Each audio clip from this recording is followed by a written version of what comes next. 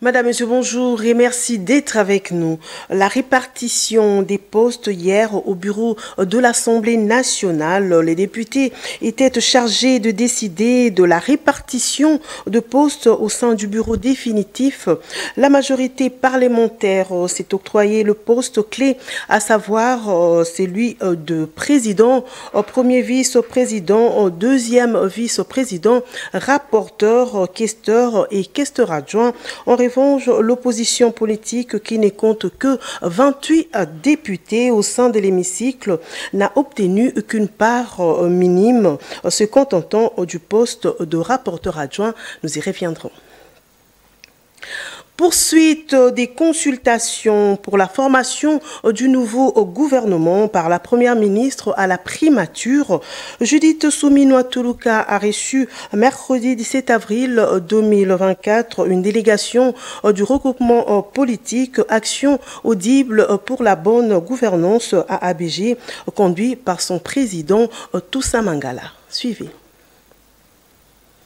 Les consultations qu'effectue Judith Suminwa-Tuluka tendent vers le dernier virage.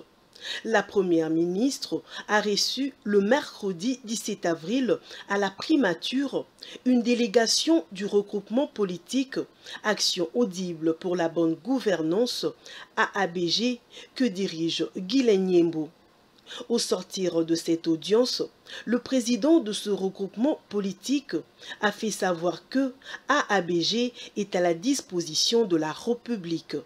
Les regroupements dont je suis président national est dénommé Action audible pour la bonne gouvernance, AABG en sigle.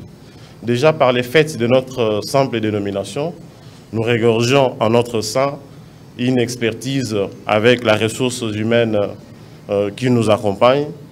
AABG a une expertise ainsi que de la qualité à même d'assumer n'importe quelle fonction au niveau de la majorité parlementaire. Et ceci dépend de son Excellence, Monsieur le Président de la République, ainsi que de Madame la Première ministre. Et donc nous ne sommes pas préoccupés à pouvoir occuper tel autre poste ministériel.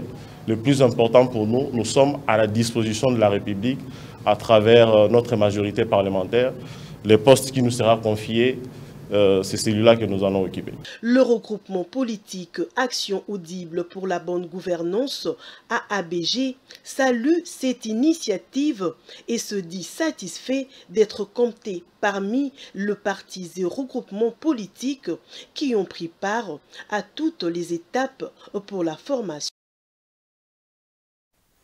Et puis, d'après certaines indiscrétions, la première ministre Judith Suminwa-Tuluka table sur la taille d'une équipe gouvernementale resserrée avec 45 membres, répondant ainsi à la volonté populaire de voir réduit de manière drastique le train de vie de l'État. Est-ce un gage de réussite? Rien n'est moins sûr. Pour en savoir plus, la rédaction de la RTVS1 vous propose cette réflexion de Alain Choukourou rendue par Adrien Macpolo. 45 membres, c'est la taille proposée par la première ministre Suminwa-Tuluka pour la formation du gouvernement issu des élections de décembre 2023, répondant ainsi aux impératifs de réduction du train de vie de l'État, à en croire Laurent Batumona, cadre de l'AAP. Une proposition loin de satisfaire toute la classe politique. Un parcours historique des gouvernements antérieurs depuis 2006 peut nous donner une idée sur la propension de la classe politique congolaise à former des gouvernements éléphantesques. Le tout premier gouvernement de la Troisième République issu des élections de 2006, dirigé par le patriarche Antoine Gizenga, comptait 60 membres. Il sera suivi par la suite, quelques mois plus tard, par Gizenga II, avec 44 ministres. Atteint par la limite d'âge, Antoine Gizenga démissionne et remet le flambeau à son fils idéologique Adolphe Muzito. En 2008, ce dernier forme un exécutif de 53 membres. En 2011, cette équipe gouvernementale, dirigée par Adolphe Muzito, va organiser les élections de 2011 financées à hauteur de 80% par l'État congolais. Son successeur, Augustin Matata Ponyo, issu du PPRD, va former un gouvernement de 38 membres à son accession à la primature. 2 ans plus tard, insatisfait des résultats obtenus, il va former une équipe de 48 membres avec pour mission d'organiser les élections en 2016. La non-organisation des scrutins à l'échéance de 2016 va conduire au dialogue de la Cité de l'Union africaine sous l'égide de l'homme d'État togolais Edem Kodjo, au terme duquel un Premier ministre sera désigné. Sami Badibangan Tita va composer un effectif de 67 membres. Faute de consensus entre acteurs politiques, il sera organisé un autre dialogue, sous la houlette cette fois-ci de l'Église catholique, à travers la Senko. Désigné et promu Premier ministre dans des circonstances houleuses, Bruno Tshibala forme un exécutif de 58 membres. À l'issue des élections de décembre 2018, Félix Antoine Tshisekedi Tshilombo, à la tête de la plateforme électorale Cash Cap pour le changement, accède à la magistrature suprême.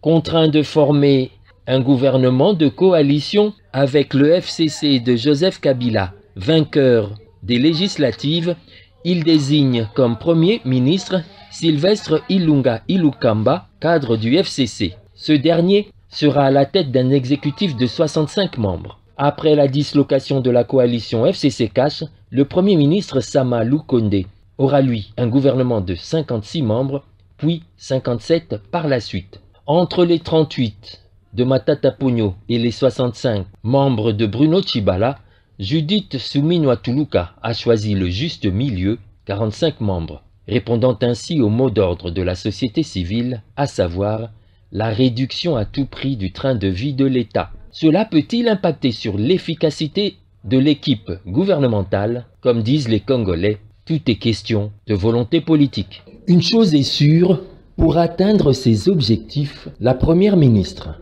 Judith Suminwa Tuluka, va devoir contenir les appétits gloutons de la classe politique congolaise.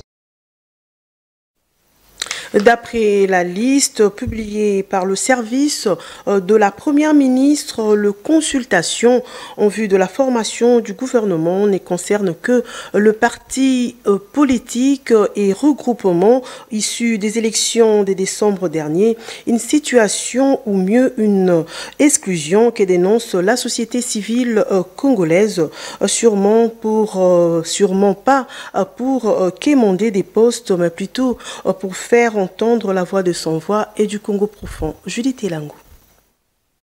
La gestion et la gouvernance du pays ne doivent pas demeurer seulement l'apanage d'une certaine catégorie de gens, ici de groupuscules politiques.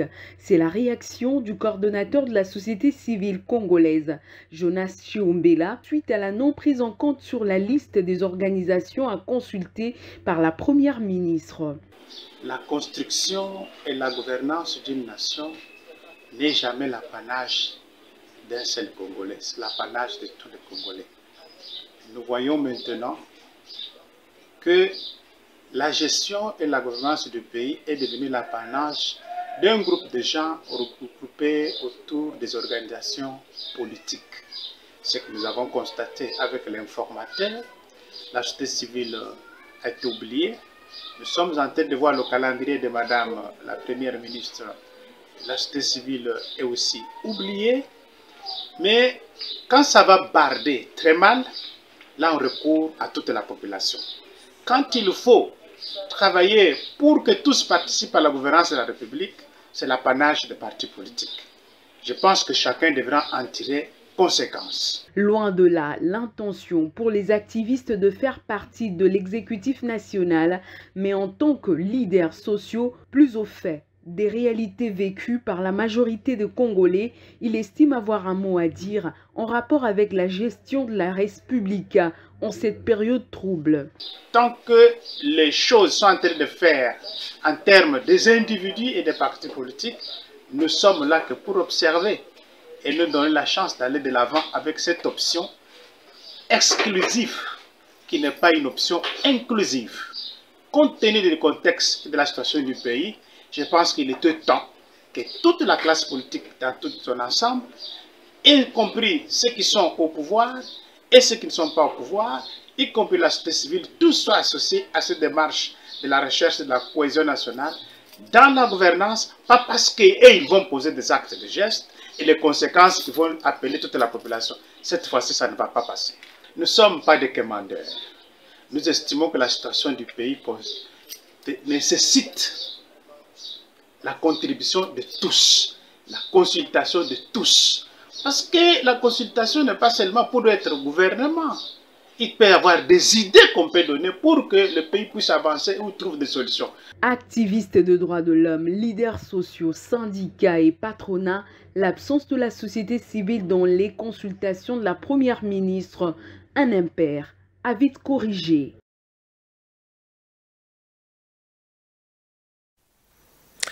La RDC fait face à plusieurs défis à relever, notamment sur le plan sécuritaire, des réconciliations ou de cohésion nationale, mais également de gouvernance.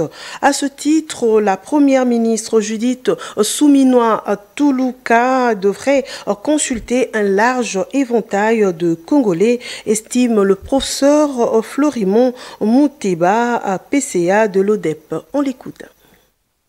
C'est clair, il faut que ce soit clair. Maintenant, face aux défis actuels qui sont très très importants, d'abord le pays est occupé. Première chose, l'autre grand défi que nous avons, c'est la gestion des finances publiques et la gestion, donc la gouvernance globale qui pose un gros problème. Il y a aussi un troisième défi important que je vais soulever, c'est le fait que les élections ne se sont pas bien passées, vous le savez très bien. On a vu tous l'énorme fraude électorale avec, bien sûr, le fait qu'il y a des gens qui sont frustrés, des communautés élevées qui sont frustrées parce que les leaders locaux n'ont pas été pris en compte, etc. Et donc face à tous ces défis, vraiment pour lesquels on devrait tous être unis pour pouvoir faire face à la question de la paix. Il faut libérer les territoires nationaux, il faut améliorer la gouvernance du pays, il faut raccorder les fils cassés par une mauvaise élection. Bon, si le gouvernement, le président de la République et le gouvernement, la société civile n'a rien à apporter, ok, qu'ils fassent comme ils veulent, il n'y a pas de problème. Qu'ils fassent comme ils veulent, mais s'ils pensent que dans un contexte pareil, la société civile peut être appelée à contribution, ok, ça va. Donc voilà, moi je n'ai pas vraiment, nous n'avons pas par nature donc la recherche du pouvoir, non. Et pour terminer, je l'ai dit tantôt, la mise en place d'une commission paritaire opposition-majorité pour statuer sur la répartition des responsabilités au sein du bureau définitif était l'un des points inscrits à l'ordre du jour. Au finish du débat, la majorité a raflé 6 postes sur le 7 du bureau définitif, alors que l'opposition, qui ne compte que 28 membres, n'a obtenu que le poste du rapporteur adjoint. Regardez. À l'issue de cette séance, les députés nationaux se sont accordés sur cette répartition selon le prescrit du règlement intérieur. La majorité s'est offert le poste de président, premier vice-président, deuxième vice-président, rapporteur, questeur et questeur adjoint, alors que l'opposition politique, qui ne compte que 28 députés au sein de l'hémicycle du Palais du Peuple, s'est contente d'une part bien minime du poste de rapporteur adjoint. Pour bien régler cette question, le bureau d'âge a proposé la mise en place d'une commission paritaire opposition-majorité constituée de 31 membres, dont 16 membres pour la majorité et 15 membres pour l'opposition. Cette commission ad hoc avait pour mission de décider de la répartition des 7 postes du bureau définitif de l'Assemblée nationale. La commission n'a pas pu dégager les consensus autour de cette répartition. Elle a donc dressé un procès-verbal de constat d'échec qu'elle a soumis à la plénière, et c'est donc sur base de ces PV que la plénière a décidé en toute souveraineté de la répartition de postes au bureau définitif. La répartition des postes au sein du bureau entre l'opposition et la majorité se présente de la manière suivante. Majorité, président de l'Assemblée, premier vice-président, deuxième vice-président, rapporteur, questeur, questeur adjoint. Opposition, rapporteur adjoint. Pour la suite du processus de mise en place du bureau définitif, le bureau d'âge établira un calendrier pour l'élection du bureau définitif dans le prochain jour et y sera affiché. Pendant ce temps, les concertations vont se poursuivre. Voilà, fin de ce journal. Merci à vous de l'avoir suivi. Restez sur la télé démocratique. Au revoir.